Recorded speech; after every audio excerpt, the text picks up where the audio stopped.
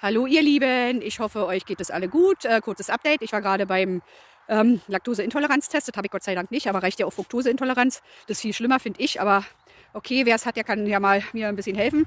Und ansonsten war ich in der Werkstatt, habe jetzt einen Werkstatttermin gemacht für meine Suse, weil erstmal Durchsicht, weil ich ja nach Chemnitz fahre, am 6. Februar, da muss sie in Ordnung sein. Und ja, warum, werdet ihr ja dann sehen. Und ja, und dann auch, weil sie komische Geräusche macht. Oder ich bin da so überempfindlich, keine Ahnung. Ich möchte mich auch nochmal bedanken an alle, die mich unterstützen auf meinem Kanal für die Suse. Und ja, ihr wisst ja, worum es geht. Ansonsten, ja, wie gesagt, Geschenke, die sind raus, alle bis dato. Und ja, also schaut euch das Video an. Ich muss mal gucken, da, worum es geht. Bis dann. Danke an alle.